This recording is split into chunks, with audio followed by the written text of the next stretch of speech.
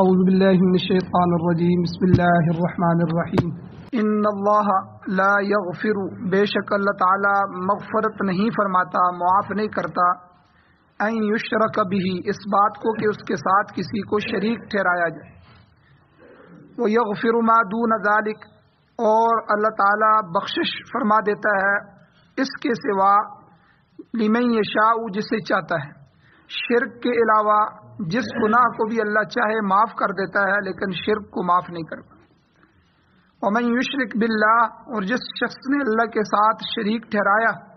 فقد ضل ضلالا بعیدا، بس بے شک وہ گمراہ ہو گیا اور گمراہی میں دور جا پڑا، قریب کی گمراہی بھی نہیں، تھوڑی گمراہی بھی نہیں، دور کی گمراہی۔ ان یدعون من دونہ الا اناسا، اللہ کہتے ہیں کہ شرک کرنے والے نہیں پکارتے اللہ کے سوا مگر کن کو؟ عورتوں کو، عورتوں کے نام کی دیویاں اور بت انہوں نے بنائے ہیں تو ان کو پکارتے ہیں۔ وَإِن يَدْعُونَ إِلَّا شَيْطَانًا مَرِيدًا، اور نہیں پکارتے وہ مشرک مگر شیطان سرکش کو، لعنہ اللہ، جس پر اللہ نے لعنت کی ہے۔ سورۃ النساء کی آیت نمبر 116 اور 117 آپ کے سامنے تلاوت ہوئی ہے، آپ نے اس کا ترجمہ سنا۔ ان دو آیات کے متعلق دو درس اس سے پہلے گزر چکے ہیں اور آج تیسرا درس ہے۔ پچھلے دو درسوں کا خلاصہ یہ ہے کہ ایک چیز تو یہ بیان ہوئی کہ شرک ناقابل معافی جرم ہے۔ اللہ تعالیٰ یہاں جو فرما رہے ہیں ان اللہ لا یغفر ان یشرک بہ، اللہ تعالیٰ اس کی مغفرت نہیں کرتے جو اللہ کے ساتھ شرک کرے، جو اللہ کے ساتھ کسی دوسری ہستی کو، کسی پیغمبر کو، کسی نبی کو، کسی ولی کو، کسی فرشتے کو، کسی جن کو، کسی عام شخص کو، کسی بھی ہستی کو اللہ جیسا مانے، اللہ کی ذات کے اندر شرک کرے، یا اللہ کی صفات اس کے اندر مانے کہ جیسے اللہ کی یہ صفتیں ہیں، قادر مطلق ہونا اور اسی طرح قدیر ہونا، اللہ ہر چیز پر قادر ہے، ان اللہ علی کل شیء قدیر، تو یہ تمام چیزیں، تمام صفتیں اللہ کی ہیں، اللہ کی ذات کے علاوہ نہ کوئی قادر مطلق ہے، نہ کوئی مختار کل ہے، نہ کوئی جو ہے حاجت روا ہے، نہ کوئی مشکل کشا ہے۔ اس لیے اگر کسی اور کو حاجت روا، مشکل کشا کہنا یا اللہ کی صفات کسی اور میں ماننا تو یہ شرک ہے، اور اللہ اس شرک کو کبھی معاف نہیں فرمائیں گے۔ تو ایک تو ان آیات سے یہ بات پتہ چلی کہ شرک ناقابل معافی جرم ہے، اور دوسرا کہ جس طرح اللہ کی ذات میں شرک ہوتا ہے تو اللہ کی صفات میں بھی شرک ہوتا ہے اور عبادت میں بھی شرک ہوتا ہے۔ کل میں نے اس کی بہت سی مثالیں بھی ذکر کی اور تفصیل بھی ذکر کی کہ قدرت تامہ کی صفت اللہ کی کسی اور میں ماننا، مختار مطلق کی صفت کسی اور میں ماننا، اللہ کی ذات کے علاوہ کسی اور کو اللہ کی طرح خالق سمجھنا، مالک سمجھنا، اور اسی طرح عبادت، نماز، روزہ، حج، زکوٰۃ یا رکوع یا سجدہ یا نظر، منت جو ہے یہ اللہ کی ذات کے علاوہ کسی اور کے لیے ماننا۔ مشرکین مکہ یہی کرتے تھے کہ بتوں کے نام کے چڑھاوے چڑھاتے تھے، ان کے نام کی منتیں مانتے تھے، اور اسی طرح قسم میں شرک ہے۔ میں نے کل تفصیل ذکر کی کہ اللہ کے من اقسم لغیر اللہ، حضور نے فرمایا جو اللہ کے غیر کے نام کی قسم اٹھاتا ہے فقد اشرک، اس نے بھی شرک کیا۔ اور اسی طرح جو ہے بہت سی اور قسمیں تھیں جو میں نے کل بیان فرمائی تھی، ان میں سے بسم اللہ میں بھی شرک ہوتا ہے کہ جب جانور کو ذبح کیا جائے تو خالص اللہ کے نام پہ ذکر کیا جائے، اسی کے نام کی نیت کی جائے، اسی کے نام پہ ذبح کیا جائے۔ باقی آگے ایصال ثواب کسی بزرگ کو بھی کر سکتے ہیں، تو نام اللہ کا ہو، اس پہ کسی جگہ بھی اس کو ذبح کیا جائے تو اللہ کے نام کا کیا جائے۔ اگر کوئی آدمی بسم اللہ و اسم محمد کہتا ہے کہ میں اللہ اور اس کے نبی کے نام سے ذکر کرتا ہوں تو تب بھی شرک ہو گیا، یہ جانور مردار ہو گیا، اس کا کھانا جائز نہیں ہے، یہ حرام ہو گیا۔ اور اسی طرح بہت سی اور قسمیں ہیں شرک کی۔ تو تقریباً ہمارے بزرگوں میں سے ایک بزرگ گزرے ہیں بڑے، حافظ احمد الدین رحمۃ اللہ علیہ، انہوں نے 20 کے قریب قسمیں شرک کی بیان کی ہیں جو ہمارے معاشرے میں بھی پائی جاتی۔ تو انہوں نے پوری کتاب لکھی ہے، اس میں 20 کے قریب شرک کی قسمیں، اور شرک تصرف میں بھی ہوتا ہے۔ اگر اللہ تعالیٰ سے مخصوص تصرف، جو اللہ کی قدرت ہے، جو اللہ کا تصرف ہے، اللہ کسی جگہ بھی زلزلہ لا سکتے ہیں، اللہ کسی قوم کو بھی تباہ کر سکتے ہیں، کسی نئی قوم کو پیدا بھی کر سکتے ہیں، یہ اللہ کا تصرف ہے۔ اب کسی اور کے لیے یہ تصرف ماننا کہ کوئی اور ہستی بھی ہے جو اس طرح کر سکتی ہے، جس کا قبضہ قدرت ہے ہر جگہ، تو یہ اللہ کی ذات کے ساتھ تصرف میں شرک ہو جاتا ہے۔ تو چاہے کسی نبی کے لیے یا ولی کے لیے یا کسی پیر کے لیے یہ تصرف مانا جائے تو یہ شرک کے اندر آتا ہے۔ اسی طرح مشیت میں بھی شرک ہوتا ہے۔ مشیت کہتے ہیں چاہت، کہ جس طرح اللہ چاہتا ہے فلاں بھی چاہتا ہے۔ ایک شخص نے حضور علیہ الصلوۃ والسلام کے سامنے، حدیث میں آتا ہے کہ آ کے عرض کیا کہ ما شاء اللہ و شئت، ہم کہتے ہیں جی ما شاء اللہ، جو اللہ نے چاہا، یا انشاءاللہ اگر اللہ نے چاہا تو میں آؤں گا جی، یا یہ میں کام کروں گا، انشاءاللہ کہنے کا حکم بھی ہے۔ تو یہ جو شاء ہے یہ چاہت ہے، اگر اللہ نے چاہا، اس کی طرف سے منظوری ہوئی، اس نے میرے مقدر میں لکھا ہوا، کوئی اور مسئلہ نہ ہو گیا، تو اس لیے آدمی ارادہ کرتا ہے، لیکن چاہت تو اللہ کی ہوتی ہے۔ اب میں ایک جگہ جانے کا ارادہ کرتا ہوں، اچانک جو ہے وہ کوئی فوتگی ہو جاتی ہے، کوئی معاملہ ایسا ہو جاتا ہے، میں اس کو منسوخ کر دیتا ہوں۔ تو پتہ چلا حضرت علی رضی اللہ تعالیٰ عنہ سے کسی نے پوچھا کہ آپ نے اللہ کو کیسے پہچانا؟ تو حضرت علی رضی اللہ تعالیٰ عنہ نے فرمایا، ان کا قول ہے کہ میں نے اللہ کو اپنے ارادوں کے ٹوٹنے سے پایا، کہ میں ایک چیز کا مضبوط ارادہ کر لیتا ہوں کہ کل صبح میں فلاں کام کروں گا، اور میرا پکا ارادہ ہے، میں نے بتا بھی دیا ہے، لیکن دوسرے دن اچانک کوئی معاملہ ایسا ہو جاتا ہے، بیمار ہو جاتا ہوں، یا کوئی پریشانی آ جاتی ہے، یا کسی اور طرف اس سے بھی زیادہ اہم کام پیش آ جاتا ہے، تو وہ میرا ارادہ ٹوٹ جاتا ہے۔ تو یہ کوئی ذات تو ہے اوپر بیٹھی ہوئی جو میرے ارادے کے اوپر بھی ارادہ رکھتی ہے، اسی کی چاہت کے بغیر کوئی کام نہیں ہو سکتا۔ تو حضور علیہ السلام کے سامنے ایک شخص آیا تو اس نے بھی اسی طرح کہا ما شاء اللہ و شئت، جو آپ چاہیں اور اللہ چاہے۔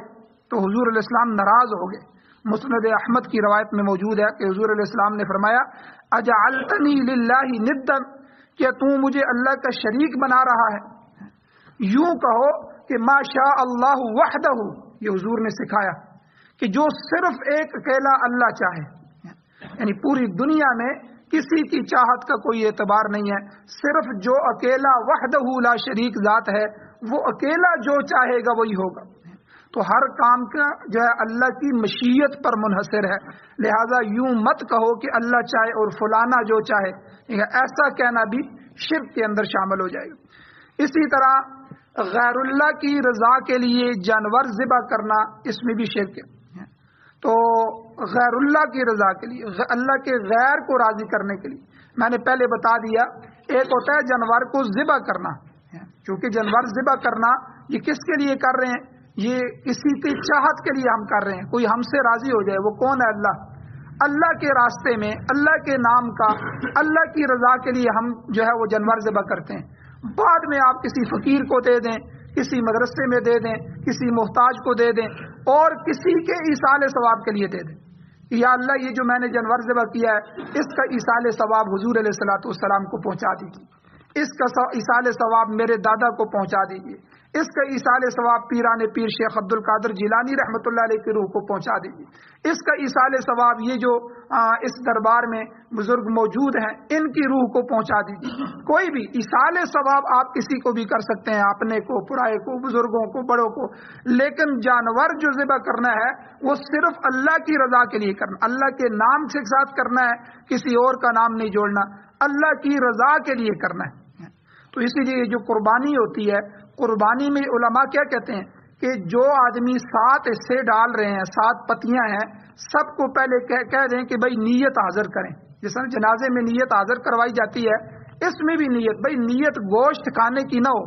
کسی ایک آدمی کی بھی گوشت کی نیت ہوئی تو اس کا مطلب ہے وہ اللہ کے لیے قربانی تو نہیں کر رہا، گوشت تو بعد میں مفت میں آ جائے گا، گوشت تو اللہ نے، اس لیے قرآن مجید میں بھی اللہ نے فرمایا کہ یہ جو تم قربانیاں کرتے ہو تو تمہاری قربانیوں کا گوشت اور خون تو مجھے نہیں پہنچتا، وہ تو تم گوشت خود کھا جاتے ہو، تو میں تو میرے پاس جو لن ینال اللہ لحومها ولا دماؤها ولکن ینالہ التقوی منکم، مجھے تو تمہارا تقوی پہنچتا ہے کہ کون میری رضا کے لیے کر رہا ہے، کون مجھے چاہنے کے لیے کر رہا ہے، کون جو ہے جس طرح ہم کوئی عمل کرتے ہیں کہ کوئی سیاسی آدمی یا کسی کے لیے کہ وہ مجھے قریب کر لے، اس کے لیے ہم کرتے ہیں، تو حالانکہ یہ تو دنیا کی مخلوقات ہے، کوئی اللہ کے لیے کرتا ہے کہ اللہ مجھے درجہ دے دے جنت میں درجات ہیں، اور جتنے درجے بڑھیں گے اللہ کے قریب ہوگا۔ اللہ تعالیٰ سب سے بڑا جنت میں جو درجہ ہے تو وہ سب سے بڑا درجہ وہ حضور علیہ السلام کو عطا فرمائیں گے۔ اللہ کے قرب جنتیوں کو تو ہفتے میں ایک دفعہ دیدار ہوگا، اور جو اوپر کے اللہ کے نبی صلی اللہ علیہ وسلم اور صحابہ کے جو درجات ہوں گے وہاں ہر وقت اللہ کا دیدار ہوگا۔ تو اس لیے ہم تو ہر کام اللہ کی رضا کے لیے کرتے ہیں، اللہ ہمیں اور قریب کر لے، اللہ ہمیں اور قریب کر لے، مزید ہمارا درجہ اور گریڈ بڑھ جائے۔ لوگ دنیا کے گریڈوں کے لیے کوشش کرتے ہیں، ہم اپنے لیے اور اپنی اولادوں کے لیے کوشش کرتے ہیں، اللہ کرے یہ اللہ کے ساتھ ان کا گریڈ بڑھ جائے، وہاں یہ 17-18 گریڈ کے ہو جائیں، 50 گریڈ کے ہو جائیں، 60 گریڈ کے ہو جائیں، کہ یہ جو ہے ان کو کل جو جنت ملے وہ ابو بکر کے ساتھ مل جائے، ان کو جو جنت ملے صحابہ کے قدموں میں مل جائے، حضور علیہ السلام کے قدموں میں ان کو جنت مل جائے، ان کو یہ درجات مل جائیں، تو یہ ہر چیز اللہ کی رضا کے لیے، اور بعد میں اس کا ایصال ثواب کسی کے لیے بھی کر سکتے ہیں۔ اس لیے غیر اللہ کی رضا کے لیے جانور ذبح کرنا یہ بھی شرک ہے، یاد رکھیں۔ تو بعض لوگ جب عمارت بناتے ہیں، بلڈنگ بناتے ہیں، اس کی تعمیر کرتے وقت اس کی بنیادوں میں خون گراتے ہیں۔ ایک ہے جانور ذبح کرنا، وہ تو اللہ کے نام پہ کر دیا، ایک بنیاد میں خون ڈالتے ہیں، اور اس سے مقصود پہلے جو مشرکین مکہ ہوتے تھے ان کا مقصد ہوتا تھا یا کہ ہمیں جنات جو ہیں وہ تکلیف دیتے ہیں، ہم جنات کی نیاز دے رہے تاکہ وہ ہمیں کسی قسم کا نقصان نہ پہنچائیں، اور ہمارا مقصد جو ہے اس طرح تو نہیں ہوتا، لیکن جو ہے اس میں یہ ہوتا ہے کہ ہم یہ خون اس عمارت کی بلڈنگ میں ڈال رہے ہیں تو یہ بلڈنگ محفوظ ہو جائے گی۔ بھئی یاد رکھیں اس کا کوئی اثر نہیں ہے، بس جانور کو الگ سے گھر میں ذبح کریں، ڈیرے پہ ذبح کریں، کسی جگہ ذبح کر کے فقیر کو پہنچا دیں، اس کا خون اس عمارت کے اندر گرانا، اس کی بنیادوں میں ڈالنا یا اس کی بلڈنگ کے اندر ڈالنا، اس سے کچھ بھی نہیں ہوتا، نہ اس کا حکم ہے نہ اس کی اجازت ہے۔ تو اس لیے اس میں بھی عقیدہ خراب ہو جاتا ہے، پیچھے نظر اور طرف چلی جاتی ہے۔ تو آگے سورہ انعام آ رہی ہے، اس میں اللہ تعالیٰ نے شرک کی اور بہت سی قسمیں بھی بیان فرمائی ہیں۔ جو مجوسی تھے، مجوسی آگ کی پوجا کرنے والے، اور آگ پرست لوگ جو ہیں، آتش پرست، وہ ذات کے اندر شرک کرتے تھے، ایک کی بجائے 2 خدا مانتے تھے۔ یہ ثنوی فرقہ تھا ان میں، کہ بعض شرک جو ہے وہ قولی ہوتے ہیں، زبان سے اقوال ہوتے ہیں کہ انسان زبان سے شرکیہ کلمات کہتا ہے، بعض فعلی ہوتے ہیں، اس کا عمل جو ہے تو زبان سے تو کچھ نہیں کہا جاتا مگر عملاً کہ کسی اور کے لیے صدقہ دے دیا، نیاز کسی اور کے لیے دے دی، چڑھاوے چڑھائے جاتے ہیں، سجدے کیے جاتے ہیں، چادر پوشیاں کی جاتی ہیں، رکوع اور سجدہ کیا جاتا ہے، طواف کیے جاتے ہیں مزاروں کے اور قبروں کے، تو یہ سب فعلی شرک ہیں، یاد رکھیں۔ یہ بعض قولی شرک ہوتے ہیں کہ بندہ زبان سے جملے کہے، بعض عمل اس کا فعل ہوتا ہے وہ شرک کے اندر چلا جاتا ہے۔ تو بہرحال یہ ساری قسمیں میں نے کچھ کل تفصیلاً ذکر کی، کچھ آج ذکر ہو گئیں، اور آگے اللہ نے فرمایا ایک ضابطہ پھر بیان فرما دیا، ایک ضابطہ پیچھے بیان فرمایا کہ شرک ناقابل معافی جرم، یہ ضابطہ بیان فرمایا، میں شرک کو معاف نہیں کروں۔ ایک ضابطہ یہ بیان فرمایا کہ شرک گمراہی ہے۔ اللہ فرماتے ہیں وَمَن يُشْرِكْ بِاللَّهِ، جس شخص نے اللہ کی ذات کے ساتھ شرک کیا، خواہ یہ ذات میں شرک ہو یا صفات میں شرک ہو، نظر و نیاز میں ہو یا عبادت میں شرک ہو، کسی طرح کا بھی شرک ہو، وَمَن يُشْرِكْ بِاللَّهِ میں وہ ساری قسمیں آ جاتی ہیں جو میں نے ابھی پیچھے ذکر کی ہیں۔ اللہ کہتے ہیں فَقَدْ ضَلَّ ضَلَالًا بَعِيدًا، تو ایسا شخص گمراہ ہو گیا، اور گمراہ بھی تھوڑا نہیں ہوا۔ اللہ کہتے ہیں فَقَدْ ضَلَّ، وہ گمراہ ہوا ہے، ضَلَالًا بَعِيدًا، دور کی گمراہی میں جا پڑا ہے، تو اس کی معافی کا کوئی قانون نہیں ہے۔ مولانا ابو الکلام آزاد رحمۃ اللہ علیہ بہت بڑے عالم دین گزرے ہیں، اس آیت کا مفہوم بیان کرتے ہوئے فرماتے ہیں کہ اللہ تعالی قادر مطلق ہے اور سلطان محبت ہے، سلطان محبت اور سلطان ودود ہے۔ ان بطش ربک لشدید انہ هو یبدئ ویعید وهو الغفور الودود۔ اللہ اپنی صفت ذکر کرتے ہیں سورہ بروج میں 30ویں سپارے میں، وہ غفور بھی ہے اور ودود بھی ہے، یعنی دنیا میں اگر کوئی ذات ایسی ہے کہ جس سے دل لگایا جائے، جسے اپنا دل دے دیا جائے، جسے اپنے دل میں بٹھا لیا جائے، جس سے محبت کی جائے، وہ صرف اللہ کی ذات۔ اس لیے یاد رکھیں، پیغمبر جتنے بھی آئے ہیں، نبی کے دل میں اللہ نے اپنے غیر کو کبھی برداشت نہیں کیا، چاہے وہ غیر بیوی ہو، چاہے وہ غیر بچہ ہو، ٹھیک ہے، کوئی نبی کو اللہ کی ذات کے علاوہ کسی اپنی اولاد سے بھی زیادہ، اپنے بیوی بچوں سے بھی زیادہ، اپنے خاندان سے بھی زیادہ اللہ سے محبت ہوتی ہے۔ تو اس لیے مخلوق سے جو محبت کرتا ہے، مخلوق میں تو بگڑی ہوئی ہے، مخلوق میں تو بہت ساری چیزیں، تو وہ تو خدا تعالیٰ سے بیزار ہو کر شرک کا ارتکاب کرتا ہے۔ جب ہم اللہ سے محبت کرنا شروع کر دیں گے، پھر اللہ کے حکم سے ہم جس سے اللہ کہیں گے اس سے محبت کریں گے۔ اللہ نے کہا بیوی سے محبت کرو تو ہم بیوی سے محبت کریں گے، اللہ نے کہا اولاد سے محبت کرو، ہم اولاد سے بھی محبت کریں گے۔ تو جس سے بھی والدین کا مقام بتا دیا تو والدین سے بھی محبت کریں گے، خاندان سے بھی محبت کریں گے۔ لیکن قرآن میں اللہ نے فرما دیا محبت کا جو مقام ہے اس کے بارے میں، والذین آمنوا، وہ لوگ جو ایمان لائے، اشد حبا للہ، کہ وہ سب سے زیادہ شدید محبت اللہ کے ساتھ کرتے ہیں۔ تو مومن کی شان تو یہ ہے، یحبہم ویحبونہ۔ اللہ قرآن میں دوسری جگہ فرماتے ہیں کہ اللہ تعالیٰ ان سے محبت کرتا ہے، وہ اللہ سے محبت کرتے ہیں، مگر لوگ محبت کے تقاضے پورے نہیں کرتے۔ محبت جب ہو جاتی ہے تو پھر محبت کا تقاضا بھی ہوتا ہے کہ پھر بندے کو راتوں کو اٹھ کے اللہ سے بات کرنا بھی آسان ہو جاتا ہے، تہجد میں رونا بھی آسان ہو جاتا ہے، پھر اللہ سے جو ہے اس کا دل لگ جاتا ہے اور دنیا سے وہ غافل ہو جاتا ہے۔ تو یہ جو محبت ہے یہ انسان کو جو ہے بڑی عجیب طریقے سے دور لے جاتی۔ ہم دیکھتے ہیں دنیا کی کسی لڑکی سے محبت ہو جائے تو ٹھیک ٹھاک انسان اس کی گلیوں میں چکر لگا رہا ہے، ٹھیک ہے، اور پاگل ہو رہا ہے، اسے اپنی عزت کی بھی پرواہ نہیں ہے، اور جو ہے وہ حد سے بھی گزر جاتا ہے۔ حالانکہ یہ تو عارضی محبتیں ہیں اور یہ تو بالکل نفرتیں ہیں۔ لیکن اللہ کی ذات سے جب محبت ہوتی ہے تو پھر بندہ فنا فی اللہ ہو جاتا ہے، اللہ کی ذات کے اندر فنا ہو جاتا ہے۔ جتنے بھی اولیاء اللہ گزرے ہیں، اللہ والے گزرے ہیں، تو ان کی یہ شانیں کیوں ہیں